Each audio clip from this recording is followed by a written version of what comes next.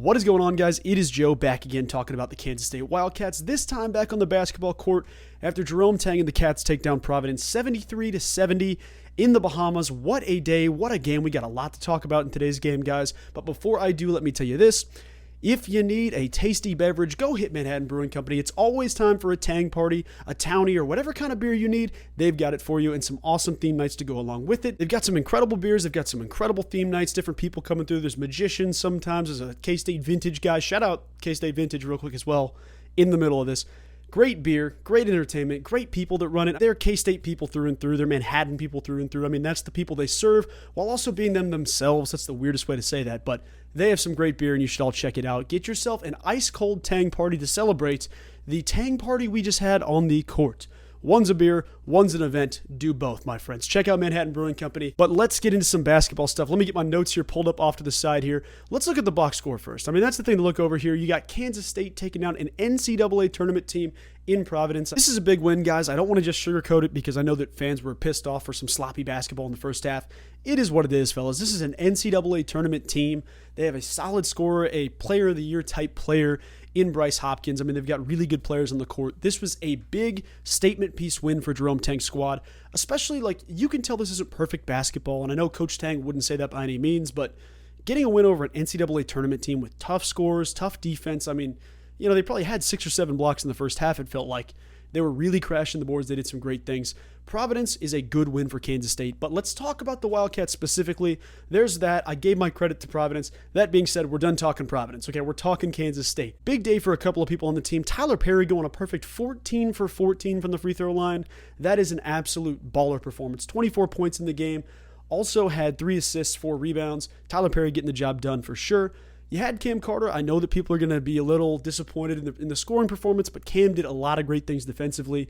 Cam Carter, 5 points in this game, had 4 steals. Keep that in mind, 4 steals, 1 assist, and 8 rebounds for the day. Then there's Arthur Kaluma, 18 points. He did have 7 turnovers, so there's going to be people pointing to that, but slow first half with multiple fouls and turnovers. Then you start to realize stuff down the stretch. So I'm not mad at all at Arthur Kaluma's performance. That was a great day for him. 35 minutes, 6 of 10 from the field. That was big. 3 of 4 from 3, including a late three-pointer there down the last stretch of the game. In overtime, absolutely needed it. He had 7 rebounds in this game, as well as 2 assists and 18 points. Good day for Art. Also had 10 points from Will McNair, some rebounds, some big things early, starting off 4 for 4 from the field.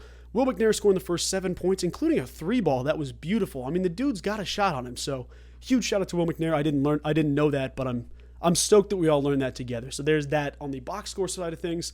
Let's talk about specifics, my friends. We've got specific things to talk about that I took away from this game and said, you know what, got to talk about that. Elephant in the room, it's here. Just know it's here. The sucker punch thrown down at the stretch at Day-Day Ames. Day-Day Ames did not deserve to be kicked out of that game. And I know Coach Tang talked about it in postgame that the referees deemed it a fight, whereas here's the situation. Day-Day Ames trying to get open. It's a 5-point game, 3-point game, whatever it was at the time. You're trying to get open, okay? If there's incidental contact with the face, like the dude didn't throw a sucker punch and then turn the other way. That did not happen. However, how about Providence, dude, reacting, throwing an absolute forearm elbow right at Day-Day Ames, hitting Day-Day straight in the dome, and Day-Day shrugs it off like nothing. I mean, that was prime Muhammad Ali ducking that thing and staying up. I'm not encouraging this. This is bad for the game. Horrible showing, but in my own world, that was terrible. Why is Day-Day kicked out for this? And I know that there was kind of that reaction from the fan base, but the only thought process I have that justifies why Day-Day was kicked out is as a preventative thing to do, like 7 seconds of the game, okay, get both these guys out of here, and then, you know, like if you leave Day-Day out there, kick the other kid out. The only justification I have in my mind is that some of the Providence dudes would be pissed off, go after Day-Day, maybe something else happens. That's what maybe the idea is, but no, that's garbage, absolute garbage. That should not have been decided the way it was. It is what it is. I don't think that affects Day-Day at all. They talked about it in postgame that, you know, there are some rules in the Big 12 about fights, but I feel like Day-Day, like that was not a fight from Day-Day Ames. The dude didn't fight back. He didn't do this thing. Like the amount of composure the guy has to not immediately run the dude down. And I know he kind of reacted, got up, and then you had Kim English for Providence grab Day-Day. Shout out to Kim English. I'll get that out of the way now. Keeping Day-Day from going over there and absolutely knocking the lights out of the other dude. So that is a big thing to talk about. But no, garbage that both players were kicked out. That was bad officiating. And that's not the first time this was a bad officiated, moment. The whole game had that. Like, I'm not going to be like Mr. Excuses, Mr. Officials, Mr. Whatever. That's what happened. I mean, it was a let them play type game. And when that stuff happens, it gets to the point where it becomes more physical than just a regular basketball game would. Then you get sucker punches from dudes on one team that are pissed off because they're losing. That happens. It should never happen in college basketball, but it does because you have these top-of-the-world athletes that are competitive, they're excited, they're ready to go.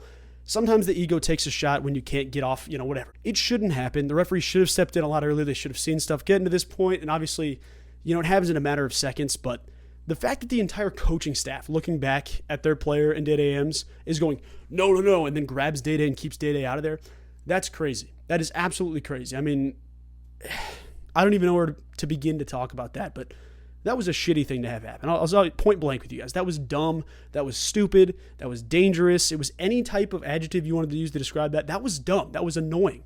That's how you get players hurt. That's how you get suspended. That's how you elevate things. That's what happens in college basketball, and it shouldn't. What I don't get is the complete, well, hey, both guys were involved. Get them out of here. That's garbage, guys. Absolutely garbage.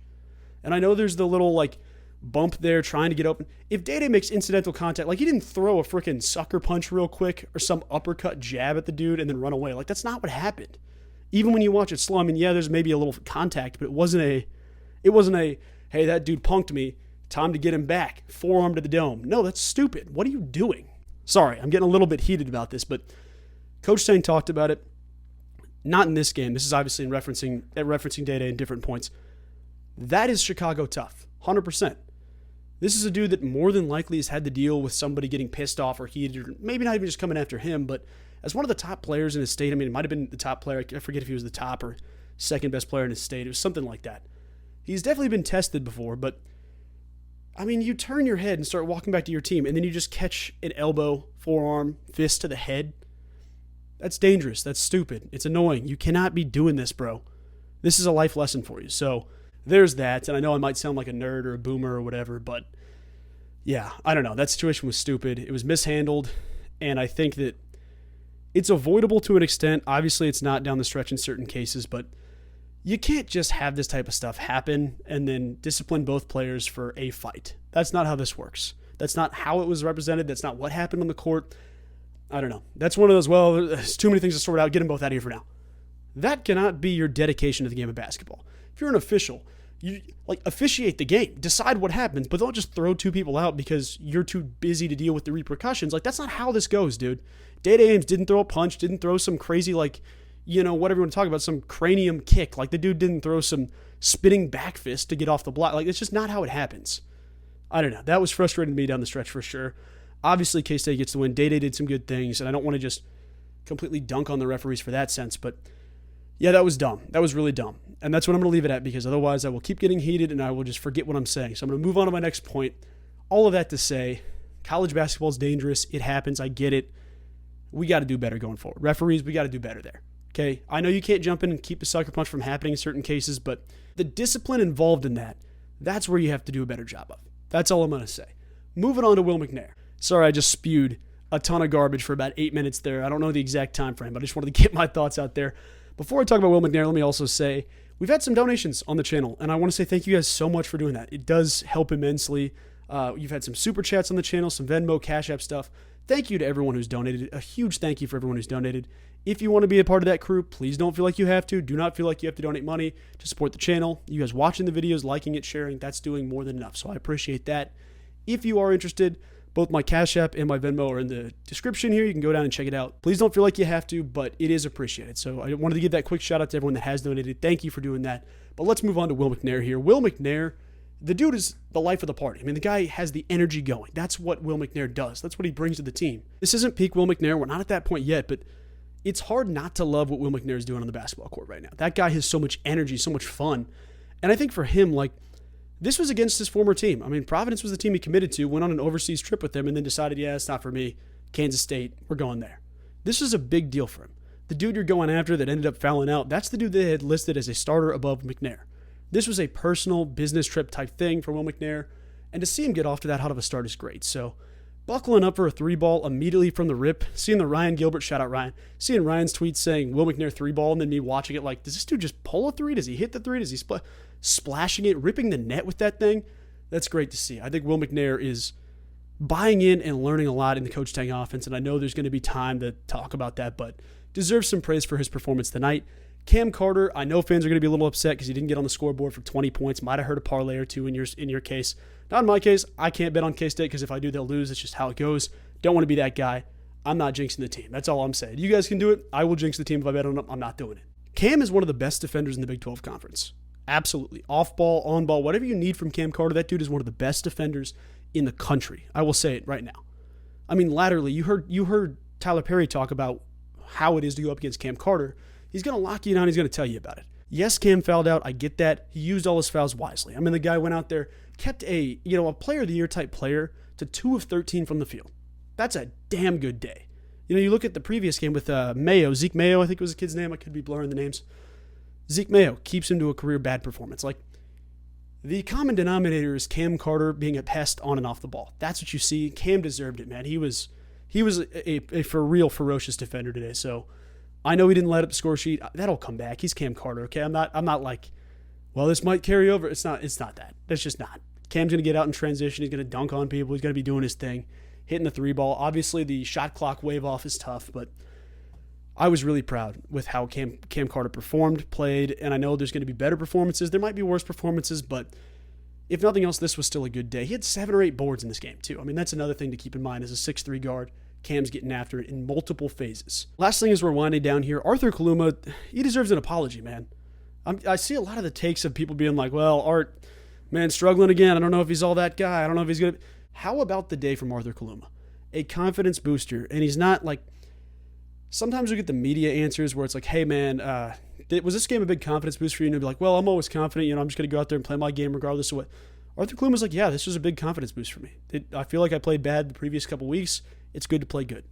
That's what it is, man. Arthur Kaluma is going to continue to develop, continue buying in. Coach Tang talked about it. I'm excited to see how he develops because the dude can be a two-way player up in the top 10 in the nation, top 5 in the nation. That's how good this dude could be. And he's going to keep developing. I mean, you see him when he gets rolling. You see some of that life and the spark. That's why you bring him to Kansas State. Watching him develop into an NBA athlete, physically he's an NBA guy. Mentally he's an NBA guy. But putting all that together sometimes is really tough. That's what he's starting to do at Kansas State. And I cannot wait to see that continue. Guys, I'll keep this video a little bit shorter than I could probably talk for 30 minutes and just talk about the fight, talk about Will McNair, talk about Tyler Perry being a dog. Also, Tyler Perry's a dog. Fun fact. Hope you guys have a wonderful rest of your day. Thank you so much for all you do to support the channel. Liking, sharing, reposting on Twitter, on social media. Whenever you see it, it helps us out immensely. So I appreciate you guys continuing to support the channel. Please have a wonderful rest of your day. We will talk here Sunday, I guess Monday when you see the video. We'll talk soon about Kansas State basketball and Kansas State football. You'll have some good stuff to talk about here, to watch here coming soon. I'm excited to talk about it, and we will see you guys in the next one. Take care. Go Cats.